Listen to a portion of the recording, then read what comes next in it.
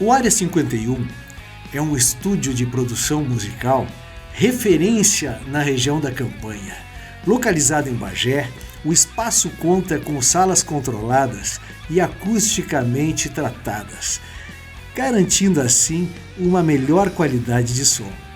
Oferecemos todos os serviços de áudio profissional, desde sua produção musical completa até a criação de jingles, spots comerciais e muito mais. Fuzz Marketing, branding que conecta, performance que converte. Atendemos as principais marcas da região da Campanha. Siga o Instagram, @FuzzMKT, e vamos dar um fuzz no seu negócio. Começando o 15º Conversas na Fronteira. Hoje tenho como convidada minha ilustre amiga Clarice Ismério. Tudo bem, Clarice? Oi, Ricardo, tudo bem? Tudo bem. Clarice, geralmente quando chega o entrevistado pela primeira vez aqui no Conversas na Fronteira, eu faço tipo meio que uma mini biografia, né? E eu te conheço há algum tempo e é bem extensa o teu currículo, né? Tu nasceste em São Gabriel. São Gabriel. E depois perambulaste pelo Rio de Janeiro. Meu pai é militar, né? Aí nós fomos para São Luís Gonzaga, Porto Alegre, o Amazonas, Rio de Janeiro, que a gente ficou mais tempo, e depois eu fui para Porto Alegre. E acabei em Bagé. E em Porto Alegre tu encontraste a Pontifícia... Estudei na PUC, né? Fiz História. Fiz teatro lá também antes. Teatro? Né? Isso eu não sabia. Eu fiz balé clássico, quando eu era guria. Fiz jazz. E aí parei de fazer balé, era professor de balé, parei para fazer História. Mas antes eu também participei de grupos de teatro. Por isso que eu fiz o sarau. O sarau noturno. O sarau noturno. Inclusive teve uma peça nossa, Elementos, que era sobre os elementais e sobre a primeira configuração da Terra, assim. Nós ganhamos o Festival de Canela, a parte amadora. Olha só que legal. Então eu tenho também. Isso não está no Lattes, tá? Isso está fora do Lattes. E me diz uma coisa, como é que vamos falar um pouco dessa fase de atriz aí, porque eu desconhecia. Como é que foi essa que ganhou em Canela? Que foi essa assim. Peça? Foi assim, nós tínhamos participado num grupo de teatro e o pai da Raiza, né, meu primeiro companheiro, ele escrevia e ele fazia hotelaria em Canela. E disse, olha, vai ter um festival de teatro, quem sabe a gente não entra, né, com uma peça. E eu digo, olha, horas que eu tenho um texto, né. O texto era meu, só que era uma peça toda com mímica e dança, pelo meu lado bailarina, né, em representação, que é bem mais difícil, né. Difícil. E aí nós ganhamos melhor música, que foi o irmão dele, que não queria de jeito nenhum botar a música, né, mas aí a gente insistiu, e ele colocou. Ele ganhou o prêmio e nós ganhamos um prêmio de originalidade. Originalidade. E essa música, tu não falou que música era? Que era só, foi no caso o Luciano, né, o Luciano Rosnieski que fez, mas ele era só uma música bem alternativa, violão, assim, né, chocalho, umas coisas assim, porque eram os elementais, né, ar, fogo, terra e água. Uma MPB alternativa. Era uma coisa bem alternativa, assim. Mas tu não tinha que dançar. Eu dancei. Tu dançou? Dancei, eu fazia a terra e o ar, né. E aí no final sim, mas o resto era a representação mais cênica, assim, mais mímica e tudo. E ganharam um prêmio em Canela. Prêmio de originalidade. Olha aí. Tá, e aí, E aí tu estava na PUC e aí acabaste te tornando doutora em História. Pois é, eu fui para a PUC fazer História, aí no primeiro dia, aquele dia assim que se encontra, né, os primeiros coleguinhas, né, as primeiras coleguinhas, uma disse assim, que tu veio fazer História por quê? Aí uma dizia, eu vim para ser professora, quero ser professora, aí é professora até hoje, a Ana Baiza. E a outra colega, a Ana Mércio, né? Ela disse assim, eu quero casar. E eu digo, eu quero ser pesquisadora. Todas nós conseguimos o que a gente queria. Olha aí.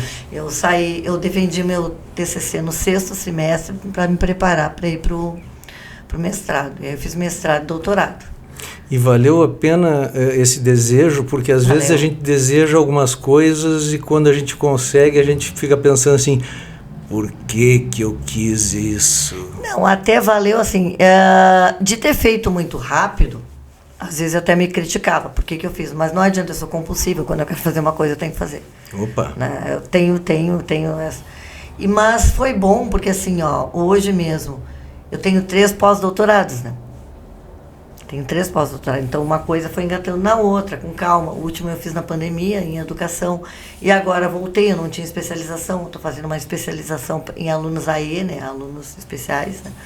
Porque é a tendência no mercado. Então, para mim, me dá uma certa comodidade e uma maturidade também, né? Até para a parte da escrita, né? Como é que é esse trabalho com alunos especiais? É desafiador, porque quando eu fui trabalhar no CK, né? Nós temos vários alunos inclusos, né? Nós temos a parte do AE, que as gurias são fantásticas, mas só que eu queria entender um pouco mais, porque elas nos ajudam a trabalhar com provas adaptadas, exercícios adaptados, né? Só que eu tenho mania de querer saber como é que é o procedimento da coisa, como se trabalhar com isso. Aí surgiu, até a Glaucia, nossa diretora, colocou lá esse curso, que é da FURG, né? E aí eu digo, eu vou fazer. E realmente, um curso maravilhoso, né? É um curso free, né? Já estou terminando o TCC, só que o meu TCC é sobre o planejamento educacional individualizado para surdos. Tá? Porque nós temos alunos surdos também, inclusive o CK já teve 2 grandes intérpretes, né? Nós tivemos a Adriana e agora nós temos o Wallace, né? Que é fantástico, e eu convivo muito com eles. E aí eu quis trabalhar com a questão do surdo, né? Porque o autista, ele tem uma legislação diferenciada, ele tem um acompanhamento maior. E o surdo, ainda muitas vezes a gente não entende a questão do surdo, né? Porque o surdo, mesmo tendo Libras, que é a língua de sinais, nem todo surdo sabe a língua de sinais. Ele tem a sua própria língua de sinais. Sim.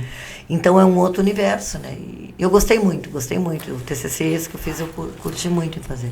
A gente defende em novembro agora. Tu sabe que agora tu estava falando nisso e eu lembrei de um filme que talvez tu tenha assistido. Era um filme que passava na sessão da tarde, um filme norte-americano. O filme era o seguinte... era numa escola pública, tá? Uma escola que não era uma escola grande. Tinha um rapaz que falava e não se entendia absolutamente nada do que ele falava. E aí chegou uma professora lá, com um pouquinho de sensibilidade, gravou ele falando, que era uma coisa tipo... Gravou ele falando num gravadorzinho de rolo, daqueles, um filme da década de 70, né? E aí ele baixou a velocidade da gravação e botou ao contrário, e aí se entendia perfeitamente o que ele falava. Que bárbaro, né? Baseado em fatos. É baseado em fatos, eu assisti esse filme, eu assisti faz tempo. Muito bom, muito bom. Mas sabe, Ricardo... Tu não começasse ainda a trabalhar com eles? Eu com surdos não, mas com autistas já. Opa! E eu tive uma turma, né, que os alunos, todos inclusos, e eu nunca tive problema, sabe? Eu trabalho muito bem com eles.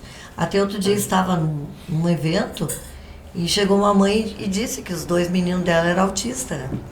E eu fui conversar com eles, assim, e aí eles, claro, no início eles não estabelecem, né, o contato. Não. Só que visual, depois, né? Visual. Mas depois ele já passava por mim 8 dias, olha sabe? Aí. Eu gosto de trabalhar. Eu acho que a gente tem que ter um pouquinho de sensibilidade. Sim, né? Bastante. É que assim, por exemplo, trabalhar na área acadêmica, tu tá trabalhando com futuros profissionais, então tu tem que ter uma rigidez, né? Porque tu tá trabalhando com futuros profissionais do mercado. Quando tu trabalha, que eu tive a oportunidade de voltar a trabalhar com ensino médio, porque antes eu saí do doutorado e fui trabalhar com ensino médio, na escola adventista, em Viamão. Então, para mim foi muito bom, que me deu uma visão diferente até como trabalhar em universidade. Tanto que tu lembra, né? Eu estava sempre assim, conversando com vocês, né? Não era só lendo, porque o pessoal gosta de ler, eu gosto de dialogar, não gosto de monólogo. E agora, voltando para o ensino médio, foi um desafio tremendo, porque é uma outra geração, e ao mesmo tempo é uma geração que, se tu estabelece que é uma questão de reciprocidade, tu vai ser tratado conforme tu trata o professor, né? Então, aquela questão de valores, sensibilidade e tudo mais, é muito bom de trabalhar, sabe? Então, eu mesmo agora, tem gente que critica o novo ensino médio, eu adoro, eu trabalho nas trilhas de exatas, que eu gosto muito. Além de história, eu trabalho economia brasileira. Então, eles sabem o que é cadeia produtiva, os guris pegam matérias de jornal sobre economia e vêm analisar, olha, professor, olha o que está acontecendo aqui, olha o que está acontecendo aí. É uma outra visão para o aluno, né? Então, essa troca é muito boa. E claro, isso porque a gente ensina e aprende também. Exato, sabe? Então, eu me ressignifiquei. Bom, eu sou a best Clá deles, né? Então... Best Clá. Best Clá. A melhor Clá, Clarice. A melhor Clá, né? E isso que eu sei, eu sou rígidas também. Apelido carinhoso é bom, né? Melhor, né? Melhor coisa. Então... E tem essa reciprocidade. Eu tenho um apelido carinhoso, mas eu não posso falar porque é meio de baixo calão. Sim, então vamos preservar os ouvintes. Clarice, tu sabe que eu cheguei a trabalhar na PAI com um parceiro voluntário, numa época que eu tive desempregado, acho que foi em 2000 e alguma coisa. E eu só não... Eu trabalhava com educação musical. Eu e a minha turma, nós nos apresentamos para o ex-governador Colares. Mas eu só não consegui ensinar um menino autista, que era o único autista que nós tínhamos na turma. Com ele eu realmente não consegui me comunicar. Que bom que tu tá conseguindo, né? Ah, não, mas eu gosto. Porque teve uma vez, até no curso de jornalismo, que nós tivemos um aluno. Só que o pessoal naquela época não identificou. E aí eu conversei com o Orlando, eu digo, olha, Orlando, comentei, né? Conversei com os pais dele e tudo. Por isso que agora, antigamente não tinha, né? O NADD, não tinha os AEs, né, nas universidades nem nas escolas, né? Então, mas naquela época já gostava de trabalhar, né? Então, vou vir para a escola também e o processo de inclusão que o CK trabalha é muito bom. Então, é aquela coisa, tu entra no mundo deles, sim, né? Sim. Mundo. E agora mesmo com os alunos surdos, que eu vou ter o ano que vem, né? Teria alunos surdos, vindo trabalhar com esse TCC com eles, foi importante de entender esse outro lado, né? Sim. Que é um lado à parte e é fascinante também, né? É muito fascinante, e comigo aconteceu um detalhe que eu acho que eu não te contei ainda. Que no que eu cheguei lá na PAI, eu encontrei com um professor e ele olhou para mim e ele disse o seguinte: Ricardo, tu vais ganhar uma coisa que tu nunca ganhou na tua vida. E eu fiquei pensando, o que eu vou ganhar? Eu estava por egoísmo lá, eu estava porque eu era workaholic e eu estava desempregado. E aí ele me falou isso, né? Soltou, largou no ar, assim, né? E aí no último dia, depois da apresentação para o Colares, eu descobri o que ele estava querendo me falar. Eu ganhei um amor incondicional daquelas crianças ali, um amor que eu nunca tinha recebido na minha vida. É isso aí, é fantástico. E sendo aluna aí, ou sendo aluno, né, entre aspas, normal, né, todos eles, hoje em dia, o que a gente vê, que todo mundo fala assim, a geração de internet é uma geração perdida, eu não vejo isso. Eu vejo potencialidades. Opa! Depende de como tu acessa isso. Sim. Então, assim, ó, a gurizada mesmo, né, que todo mundo diz assim, o que vai ser? Claro, que quando eu fui trabalhar, que tive a redução por causa da pandemia, fui trabalhar, foi um choque, né? Mas eu digo, vamos lá. Só que hoje eu vejo que isso que tu falas do presente, para mim me ressignificou. Como profissional, sabe? Como, na visão até como gestora, né? Que agora eu voltei a coordenar curso, então eu vejo de uma outra forma algumas coisas, porque eu tive desde 2022, que eu retomei a trabalhar com o ensino médio, eu tenho uma outra visão sobre eles. E hoje eu encontro esses meus ex-alunos da primeira turma que eu tive no CK lá, e eles assim, prof, né, faz questão de me cumprimentar quando me vem na Unicamp. E os outros que estão no terceiro, eles se orgulham e dizem assim, a senhora foi minha professora desde o primeiro ano. A gente se conhece muito, prof, sabe? Fica aquela, sabe, fica um contato muito grande. E aquela coisa, tem gente que diz assim, né, professor não pode ser amigo de aluno. Não é que o professor está mandando o WhatsApp para aluno, tu me conhece, eu não sou esse perfil. Mas eu acho que o professor pode ter uma afetividade, uma troca com o aluno, né? Por exemplo, quando eu entrei para o Unicamp, eu dei aula de economia, né? Dei muitos anos aula de economia no Unicamp, por isso que hoje dá para adolescente, é fantástico, né?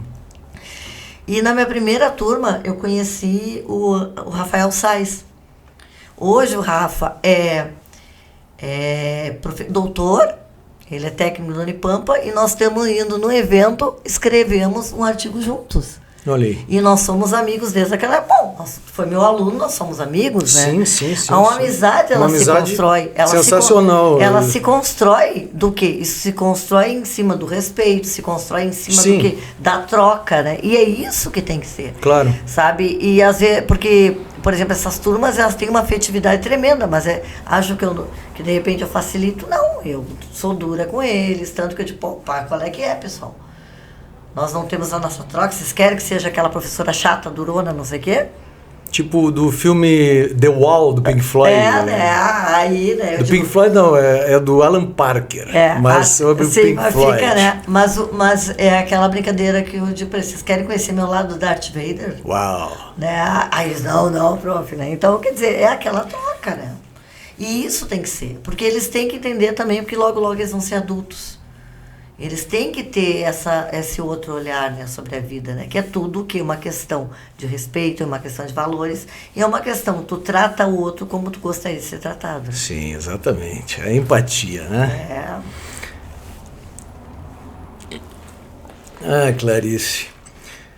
Vamos falar um pouco numa coisa que eu gostei muito que tu fizeste aqui em Bagé, que eu gosto de desmistificar certas coisas. A mãe também achou que eu era iconoclasta com pouca idade, porque me chamaram ela na escolinha Meninos de Jesus, ali era no Osório. E eu tô falando isso para fazer a introdução do sarau noturno, né, no cemitério, durante a noite, que tu chamava todo o pessoal para entrar, para não terem medo e conhecer aqueles túmulos maravilhosos, né? 2008, lembra? 2008. Mas aí o que aconteceu? Chamaram a mãe na escolinha Minas Jesus. Eu tava lá, uma criança, né? E a mãe chegou lá e perguntou: o que aconteceu com o Ricardinho? E aí a professora na mesma hora disse: olha, o negócio é o seguinte, tá todos os alunos ali ajoelhados pro Menino Jesus, menos o Ricardo. E aí a mãe chegou para mim e disse assim: Ricardinho, toda aquela calma, era normalista, fez normal no Colégio de Freiras, né, para dar aula nos primeiros anos e tal, no primário. E aí eu olhei para a mãe e disse assim: o que foi, mãe? Eu disse: Ricardinho, por que tu não ajoelha pro Menino Jesus? E eu olhei para a mãe e disse assim: mãe, ele é de madeira, não vai me escutar, nunca. E aí todo mundo ficou me olhando assim como se eu fosse alguma coisa do outro mundo, né? E acharam que eu era iconoclasta também. Mas na verdade eu vou te dizer o que aconteceu. Eu tinha os joelhos para dentro, eu tive que usar botinha para corrigir. Hoje em dia as minhas pernas são retas. Quando eu ficava ajoelhado, eu sentia uma dor horrível. E aí eu dei uma desculpinha pra mãe. Já impactou, né? Quis impactar. Eu sempre curti, tu sabe que eu sou roqueiro, né, Clarice? Bom, mas aí, quando eu cheguei no sarau noturno, eu disse: ainda bem que eu sou amigo da Clarice Ismério, porque ela pensa semelhante a mim. É do outro lado, né? Aqui, até foi interessante, Ricardo, porque eu já trabalhava com arte cemiterial, né? Já fazia as pesquisas, né? Desde Sim. lá de Porto Alegre.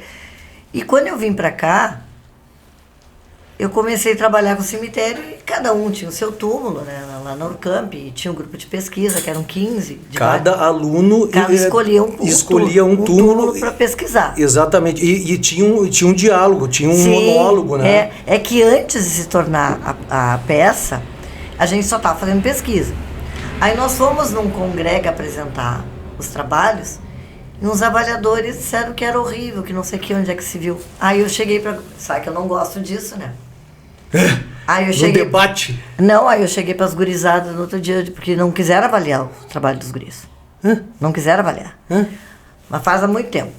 Aí eu cheguei para os guris e disse assim, na segunda-feira, eu digo, nós vamos fazer agora o que eu sempre quis, fazer um evento de educação patrimonial.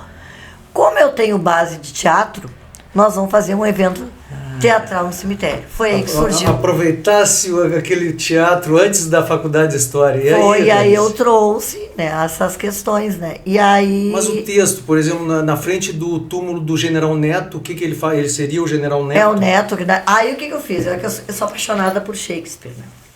Sempre gostei de Shakespeare. Aquela dramaticidade do Shakespeare. Então o que eu fazia? Eu pegava textos que os alunos criaram e também textos shakespearianos.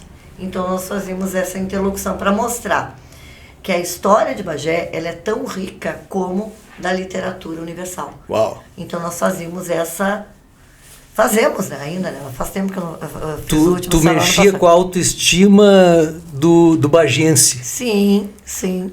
Elevava a autoestima. Elevava a autoestima, que né? legal. E o nome Sarau Noturno, porque eles diziam assim, que era horrível, que horror, essas coisas soturnas que tu trabalha, né? E eu digo, fazer um sarau noturno, pronto.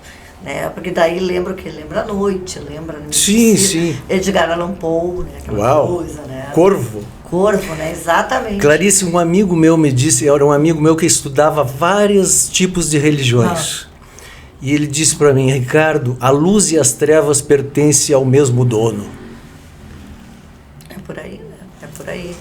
Não, e claro, o Guilherme, né, Bragança, que hoje é o reitor da Urcamp, foi meu aluno do sarau. Ele era o violinista do sarau. Foi a pessoa que mais me auxiliou. Tocava violino? Violino no sarau. Claro, Tanto que tem imagens dele publicadas. Eu digo, tem uma imagem tua, né, no livro lá de Portugal. E ele diz assim, naquela época eu era mais novo, tinha mais cabelo. E o Guilherme é fantástico. E depois, na pandemia, eu tive o Darlan, né? O Darlan, que me ajudou muito. Eu sempre tive alunos assim, alunos fantásticos, né? E na pandemia, o Darlan fazia arquitetura e ele fez o livro do sarau, fez o filme do sarau, né? Então era aquele grupo. Nós, na pandemia, continuamos com o sarau, levamos cemitério para casa das pessoas. As pessoas, né, via o YouTube, o cemitério entrava na casa dele. Isso talvez até ajude as pessoas, porque todo mundo vai acabar lá, né? Mas alguns não, admitir, né? alguns vão ser cremados, espalhados, não sei o quê, mas a grande maioria eu acredito que ainda vai parar ali. E quanto mais intimidade a gente tenha com aquele lugar, eu acho que até se aceita melhor o fim, né? É que na realidade, Ricardo, até vou te dizer uma coisa, eu fui fazer história, né, porque eu trabalho com representação simbólicas, né, tanto por isso do cemitério. Quando eu fui fazer história, o que me levou foi os mitos gregos, né? Os mitos gregos. Mitos gregos, egípcios, né? Nórdicos, a mitologia em si. Isso que me levou para fazer história. E aí, quando eu fui fazer uma cadeira do professor Arnoldo Doberstein, ele trabalhava com as representações simbólicas da fachadistas do período republicano. De Porto Alegre. As representações simbólicas nas fachadas dos prédios. Nas fachadas dos prédios. E aí eu digo, tá aí o que eu quero trabalhar, tá aí, é bem o que eu quero. Quando eu vim para cá, o pessoal da arquitetura está fazendo um trabalho que a Marília hoje faz, né? A Marília Ardovino. Sim. Fez os roteiros e tudo mais, né? O trabalho dela é belíssimo. Como eu vi que ela trabalhava essa parte, eu digo, bom, vou ir para o cemitério. Né? Aí eu fui para o cemitério.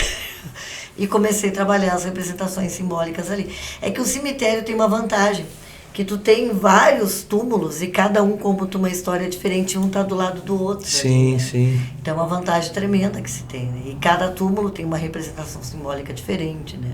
Uma questão familiar. Cada túmulo é um capítulo de um livro, né? O cemitério é um grande livro. O que me chama mais atenção, e talvez eu tenha mais carinho, é o túmulo do Mão Preta. Eu tenho pelo da Mãe Luciana. Tanto que eu vou para o México, eu e o Rafa Sais, falando da importância da Mãe Luciana. Vamos falar da Mãe Luciana depois dos nossos comerciais. O Área 51 é um estúdio de produção musical referência na região da Campanha. Localizado em Bagé, o espaço conta com salas controladas e acusticamente tratadas, garantindo assim uma melhor qualidade de som.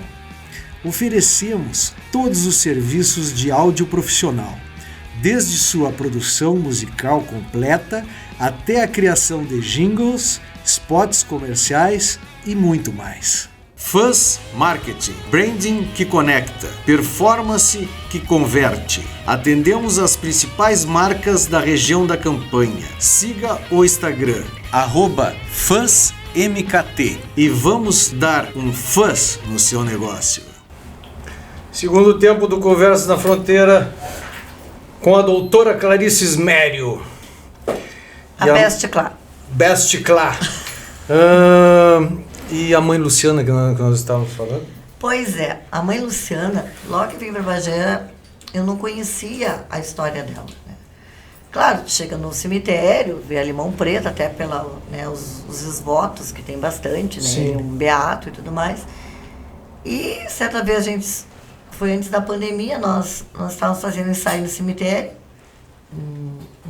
ensaios que a gente está fazendo com o Grupo Novo, que é o grupo que entrou no período pandêmico, né? E aí eu encontrei aquele túmulo, né? A Mãe da Caridade. Eu digo, ué, sai, quem é? Né? E fui conversando com um, não, é a Mãe Luciana. Eu digo, tá, mas... Aí comecei a ver que teve o Ducandário, né? Que ela criou orfanato para meninas negras, né? Começou em Pelotas, veio para cá. Eu digo, gente, mas... Em que ano, Clarice? Aí agora os anos vai me pegar. Tá, então segue o baile. Sabe que eu sou disléxica, sou historiadora. Segue o baile. Tá, o Tom Cruise também é disléxico. Ele é disléxico. Nós somos disléxicos, a gente não muda, a gente só arruma maneiras. Né? Dá um jeitinho. Mas aí o que aconteceu? Ela vem para Bagé, né? Ela vem para Bagé e ela continua a obra dela aqui, o Educandário. Aquele que vira o Instituto São Benedito, né? Que tem em Pelotas e tem em Bagé. E aqui ela começa, ela mendigava, ela ia atrás de dinheiro para manter essas órfãs. Só que essa mulher estava invisibilizada, né? Imagina. Aí eu disse para os meus alunos, né? Eu baixei uma dissertação que tinha na época, que falava sobre ela. Eu digo, vou escrever um texto. E eu escrevi, né? Eu escrevi o poema para a Mãe Luciana, né? Para fazer parte do sarau. Tu lembra alguma parte do poema? Improvisa. Não vai dar para improvisar, é terrível para gravar assim. Bom, na pandemia fui forçada a decorar o meu texto do sarau, né? Mas enfim. E aí... Tu quer citar alguma parte do texto esse que tu decorou? Do sarau? Acho que não tem nada. Cita uma parte. Quando vem músico aqui, eu faço eles cantar. Quando vem uma poetisa, a poeta tem que... Então tá. Boa noite. Vamos iniciar o Sarau Noturno. Um evento que tem suas origens no cemitério da Caridade de Bagé. Essa noite irão conhecer histórias de homens e mulheres que fizeram a diferença. São narrativas contadas através de mausoléus, estátuas e túmulos. Histórias de pessoas que nasceram, cresceram, amaram, sofreram e com o tempo foram esquecidas. Mas o que é o esquecimento? O esquecimento é o verdadeiro sudário dos mortos. Então, essa noite, convido a todos que tenham outro olhar sobre os cemitérios. Os cemitérios são muito mais do que a guarda dos túmulos e a morada dos mortos. Bem-vindos ao Sarau Noturno. É que eu não fiz o personagem da Mãe Luciana, né? Eu fazia sempre o mestre de cerimônia, né? Sim, sim. Quando é que vamos ter outro Sarau Noturno? Nós tivemos ano passado com o grupo do CK, né? E foi maravilhoso, que foram os adolescentes e tudo. Esse ano, como estava na correria, e até foi bom eu dar uma paradinha, eu assumi essas coordenações, né? O Guilherme me convidou para voltar a trabalhar. Eu digo, não, vou dar uma paradinha. Eu queria até falei pro Nilo, vamos fazer um sarau assim com adultos. Nilo Romero? Adoro, Nilinha, todo por esse projeto com ele. Eu digo, vamos fazer lá no cemitério, né, agora no projeto, mas com adultos, né? Vamos com pessoas com a Heloísa, de repente tu, se quiser fazer um personagem, né? De repente. Né? Então, fazer com pessoas assim, né? E aí ele adorou a ideia. Só que esse ano é os 25 anos do evento, que é da Rede Internacional de Cemitérios Patrimoniais. E vai ser em Morelia, México. E eu vou levar o trabalho da Mãe Luciana, né? Então não vou estar aqui na época que o sarau vai ser apresentado, que vou estar em Morelia, porque foi em Morelia onde começou a tradição do Dia de los Muertos. Olha aí. E se tu botar na internet qualquer foto de Morelia, aparece aquele desenho da Disney, né? Aquela foto, né? E é maravilhoso, eu estarei lá, né? Então, quem sabe, o ano que vem, né, a gente faz, né, o sarau noturno, ou quando voltar em novembro, né, podemos fazer uma apresentação de sarau. Mas aí eu fiquei devendo pro Nilo nisso aí. Né? Não adianta, o sarau é o meu carro-chefe, né? Eu fiquei conhecida pelo sarau, né? E agora indo pro México, talvez tu volte e com um sarau mais incrementado. Não, aí eu vou trazer outras cositas, mas, né? Fazer uma coisinha. Porque a Mãe Luciana mesmo, ela veio na pandemia, né? Ela veio durante a pandemia, e a aluna que fazia... É legal, tem o filme do Sarau Noturno, né? Dá uma olhadinha, nós temos um canal no YouTube, tá tudo lá. O canal é Sarau Noturno. Sarau Noturno. Sarau Noturno by Clarice Smério, né? Mas é Sarau Noturno. Vou assistir hoje. Aí tem vários, né? Tem o primeiro foi um sarro, que a gente gravava ao vivo, fazia as apresentações para ter aquela adrenalina. Sim. No primeiro entrou uma mensagem de uma colega da Urcamp, e nós fazíamos tudo pelo Meet, era uma coisa assim, sabe? E aí eu me tirei da plataforma, eu estava do celular, me tirei da plataforma, voltei, na hora que voltei assim, outro personagem. Mas ficou legal, ficou legal. Tem umas coisas assim, né? Bem legais. Um improviso, né? A gente tem que improvisar quando é ao vivo. O bom do ao vivo e o bom do teatro, que eu gosto mais do teatro, é porque tem um improviso. Sim. E dá aquela adrenalina. Então, tu imagina, cada um nessa casa, a gente não se via, e muitos deles só se conheciam pelo Meet, e nós construímos toda uma releitura, né? Claro que sim. Então foi fantástico, né? Tanto que originou o filme, originou o canal do YouTube e originou o outro livro do Sarau Noturno, inclusive um livro em inglês também. Sim, a mensagem que tu passa para mim, assim, e por quem está te assistindo aí pelo YouTube, é que quando a gente gosta muito de certas coisas e aprende sobre essas coisas, elas vêm tipo um quebra-cabeça.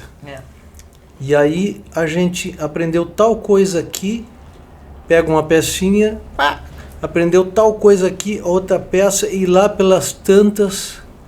bem isso. Não se sabe em qual altura, que idade, quando na vida vai aparecer, mas parece que as coisas ficam tudo se encaixando e aí florescem numa obra, né? Exatamente, né?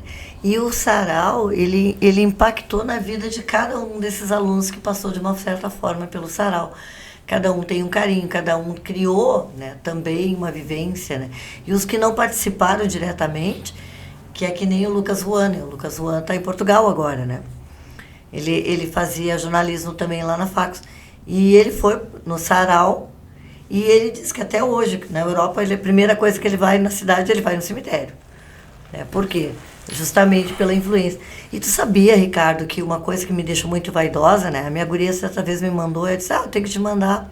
Porque ela foi passar o livro do Sarau para uma colega dela de Minas. E a colega dela de Minas disse assim, não, só um pouquinho. Tu é a filha de Clarice Ismério? Nós estudamos Clarice Ismério na faculdade. Opa! O curso de patrimônio em Minas Gerais usa as obras de Clarice Ismério. Que maravilha! O cemitério de Bagé. Quando eu vou para a rede, né, porque essa rede ibero-americana, todo mundo quer saber sobre o cemitério de Bagé. É um pioneirismo, né, Clarice? Foi desde 2008, né? Tanto que quando eu ia nesses eventos da rede, eles não tinham nada de educação patrimonial. Na rede ibero-americana, a questão da educação patrimonial foi eu que coloquei.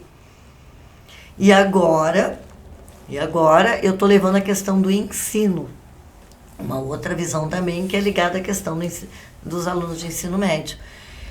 E certa vez, né, num desses eventos, uma colega que foi disse assim, tu gosta de apresentar de pé? Eu gosto de apresentar de pé porque eu sou professora, né? Então eu gosto de estar naquele contato Sim. com o público. Eu me sinto em evento, numa mesa, eu me sinto... E eu não leio, né, Ricardo? Eu falo. Sim. Né? Porque eu conheço o trabalho, né?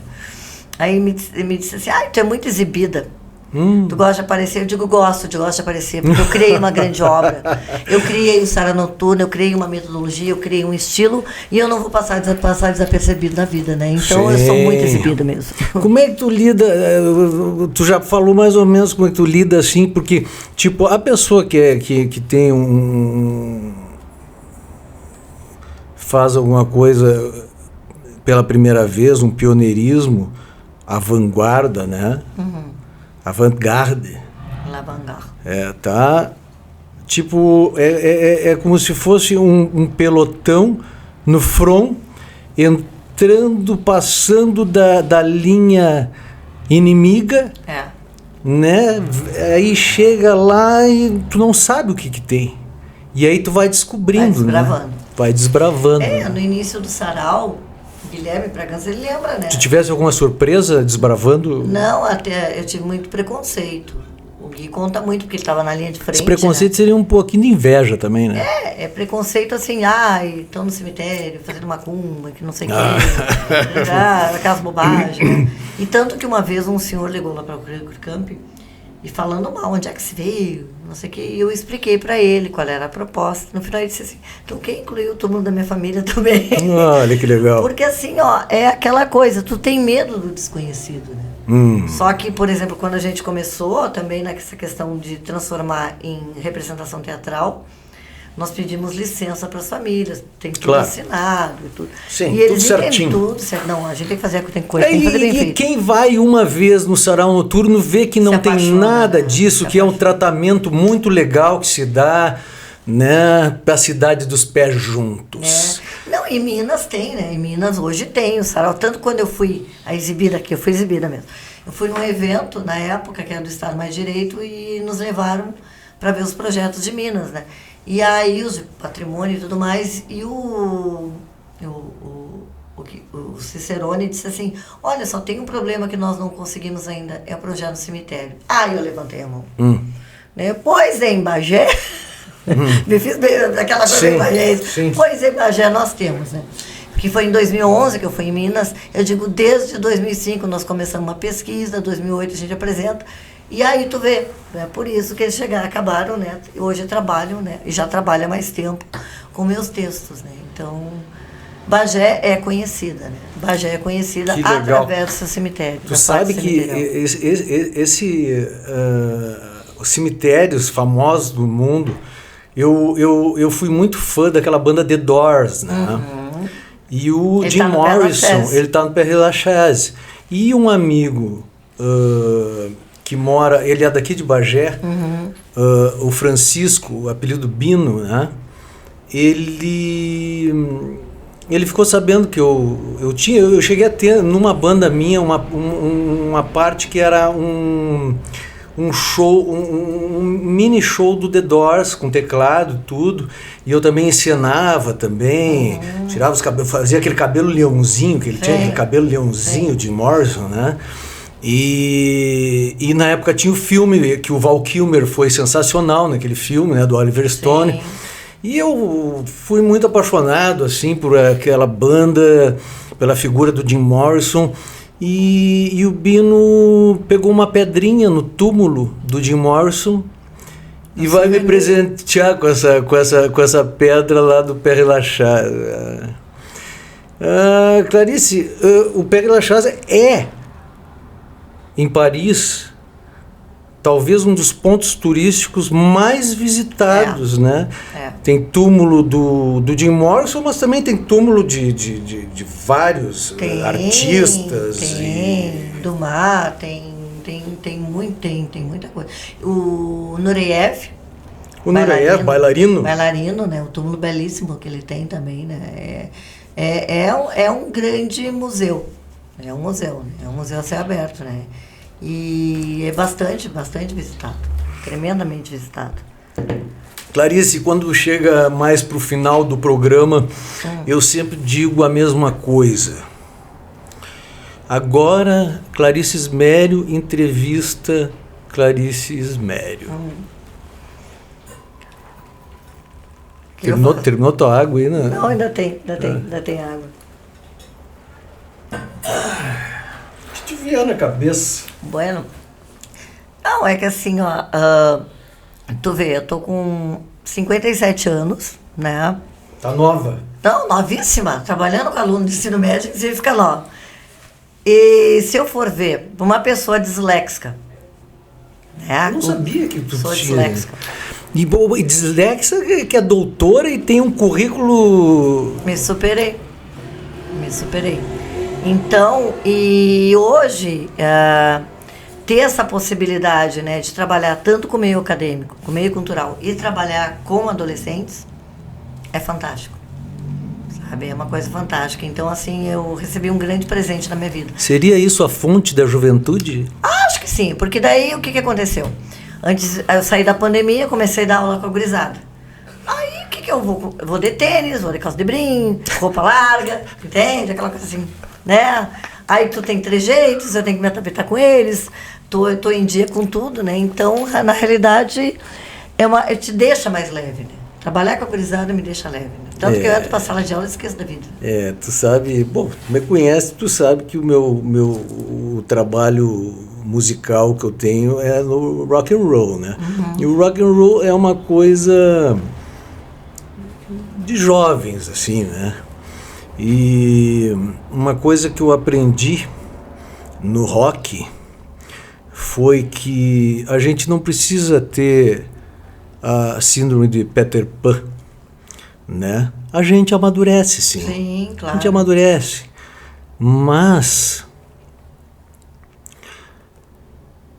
tem um cara que já faleceu no rock and roll que se chamava Lemmy Kilmister, claro. que era o líder, vocalista e baixista da banda Motorhead. Sim, né? Eu sou fã. Eu também. E aí aconteceu o seguinte, eu ficava pensando, eu vou envelhecer e vou seguir tocando rock, cantando rock. Será que não fica meio... Isso não vai ficar meio estranho, meio ridículo para mim, né? E aí eu vejo o doc, né, do Lemmy Kilmister, que se chama Lemmy, por sinal. E aí, tipo, pelo amor de Deus, mas posso tocar rock até 100 anos, se Deus quiser. É que nós somos daquela... os nossos pais foram de uma geração que quando eles tiveram a nossa idade, eles já estavam envelhecidos, desde os 30, né? A nossa geração é diferente, foi uma geração totalmente que vai se adaptando, mantém o seu estilo, mas vai se adaptando aos novos tempos. Hoje em dia, o complexo Peter Pan é aquele que não quer, e aí até as ideias que quer ser, né, de adolescente. I don't wanna grow up. E ainda continua, né? Tem umas pessoas assim, né? Porque tem umas pessoas que têm síndrome de Xuxa, né? Ai, tudo bem, como é que você tá? Que horror, né? A cretinice me atrai? Horrível, né? Horrível. Clarice, olha só, chegamos ao final do É 15º, né, diretor? Sim. O 15º episódio do Conversas na Fronteira. E eu quero te agradecer por ter vindo aqui. Foi um programa muito especial, um episódio muito especial, porque tu és uma pessoa, digamos que única. Eu não vou dizer mediúnica, mas uma pessoa única aqui em Bagé que já tem seguidores. E eu sou um. Obrigado, Clarice. Eu que agradeço. Valeu. Grata, querida. Até a próxima!